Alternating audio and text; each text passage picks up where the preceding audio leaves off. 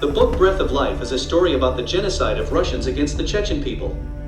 Since the 16th century, the Russians have purposefully destroyed the Chechen people with barbaric, inhuman methods.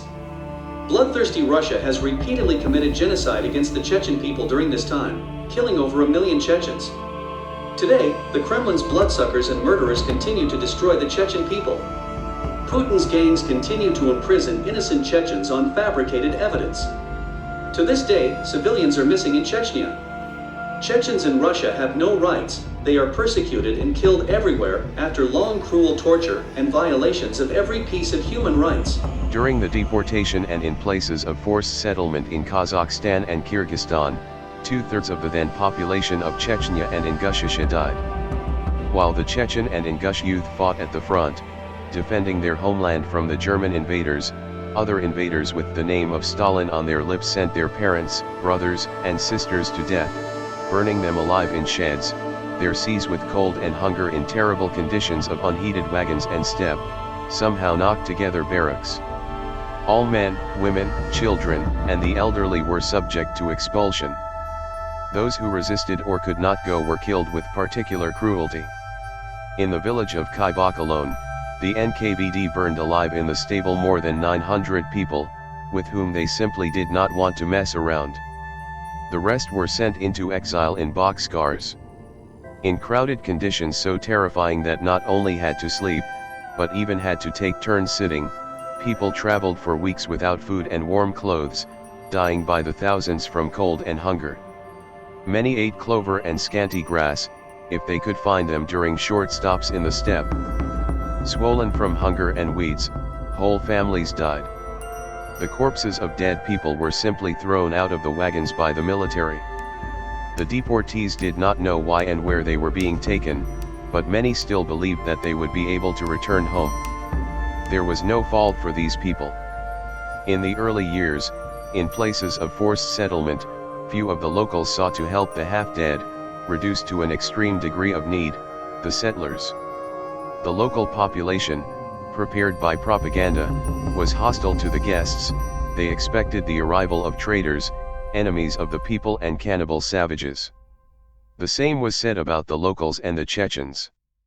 But brains are given to people to think and draw their own conclusions, and hearts are given to empathize with the suffering and joy of others. Lucky were the families who ended up in the villages with kind people who helped the unfortunate exiles in their desperate situation. Russian statesmen have always strove not to write, but to invent the history of peoples, first in the empire, then in the Union, now in the Federation. Russia's policy has always been built and continues to be based on lies. The population, living from hand to mouth for centuries, is ready to believe in any fiction that justifies its slavish existence and willingly clap their hands at every intrigue of their rulers. They will tell him that yesterday's brother peoples are in fact enemies of the Russians. He will not only believe, but will immediately loathe them. I want to ask the Russian people a question: where is your crystal clear Russian soul and vaunted sincerity, many times sung in literature? As if by magic, you become enemies of entire nations, without even trying to form your own opinion and blindly believing in the propaganda and lies streaming from your TVs. Contrary to the opinion that has taken root in Russia over the past 200 years, the wars in the Caucasus did not start at all because of the mythical Highlanders arranging raids. On the contrary, they were due to the ignorant and deceitful state system of the empire, unable to arrange life within itself and compensating for its own mediocrity by sowing chaos and war everywhere its hands reach. And now, half a century after Stalin's deportation, which bordered on genocide, Russia again came to the Chechen land with a war. On November 26, 1994, Russia made an unsuccessful attempt to take Grozny by storm with tank troops. On December 11, regular Russian troops entered Chechnya. Where lawlessness reigns, where laws are not created for the benefit of people, imposter leaders always appear, striving only for power and money. The fates of ordinary people are not worth a penny to them. But the people in their hands are a tool for achieving personal goals. The main reason for all Russian Chechen wars and all the genocides of the Chechen people, starting from Tsarist times, is the egoism of Russian officials. No nation, including the Russians, is to blame for the fact that wars and conflicts are taking place somewhere. The fact that on our paradise planet Earth, entire nations are still in slavery, only the state systems are to blame. As they say, the fish rots from the head. In Chechnya, few people wanted war, people wanted to live like a human being, in peace and harmony with all other peoples. Of course, even before the first Russian-Chechen war, not everything went well, there was something to do and something to strive for.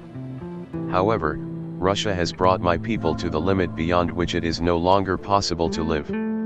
If the Kremlin wanted to resolve all issues peacefully, then there would be no wars between us. However, the Russian authorities preferred to organize a massacre in Chechnya, killing 300,000 innocent civilians and more than 42,000 children under 12 years of age. On December 11, 1994, a full-scale invasion of federal troops into Chechnya began.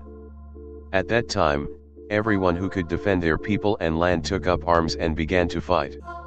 Officially in Russia, this war was called Measures to Restore Constitutional Order in the Chechen Republic and pursued the goal of disarmament of illegal armed formations.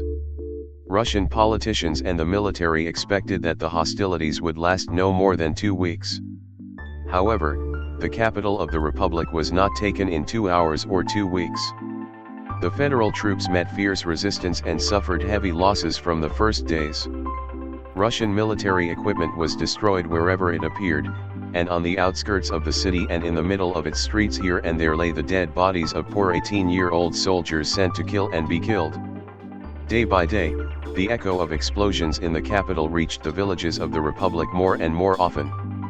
Within a few days after the start of the offensive of the federal troops, bombing began almost throughout the entire territory of the country. The war turned into a tool for killing Chechens. They were destroyed indiscriminately, all in a row. What kind of constitutional order could we talk about? And who can stay on the sidelines when relatives and friends are being killed, when almost every family has lost loved ones, ordinary people who lived an ordinary life, raised children, made plans for the future of the killed only because the president of Russia so wanted and his generals? The tragedy of that war is a tragedy not only for Chechens, but also for Russians. To die for someone's interests is not only stupid, but also disgusting. It's disgusting, if only because you came to a foreign land to bring death and suffering, and your death is a salvation for those whom you did not have time to kill. However, your death is grief for your loved ones, who for some reason blame it on those whom you came to kill.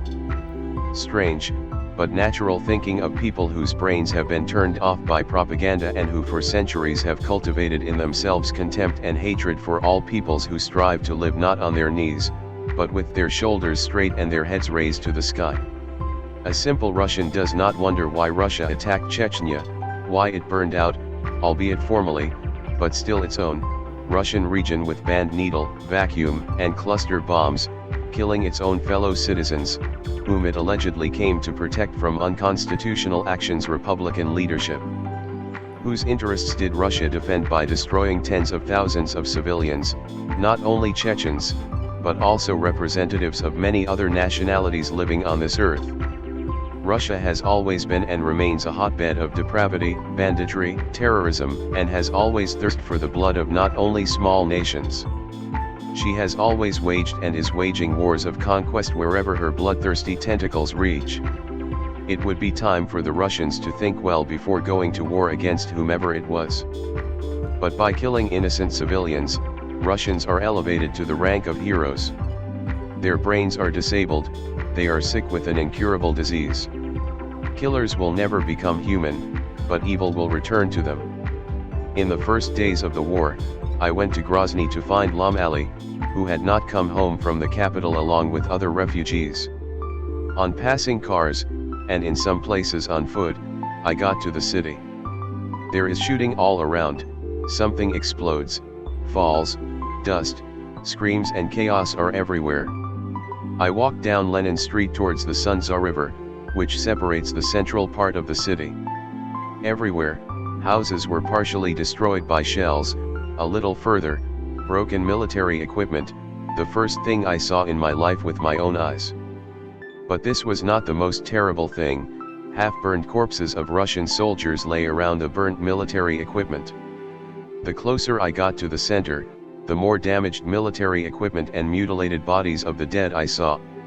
At the place where until recently the store and restaurant Ocean were located, traces of a fierce battle were visible.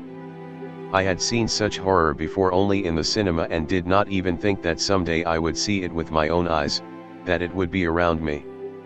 The towers of some tanks flew tens of meters away, and the charred corpses of 18-year-old boys have already begun to eat feral cats and dogs. Russia has almost always been and remains a soulless enemy for Chechnya. However, thanks to the soldiers who did not shoot, all Russians did not become enemies for the Chechens, and thanks to them, the Russian and Chechen people still have a chance, albeit not immediately, to establish relations and live in peace and mutual respect.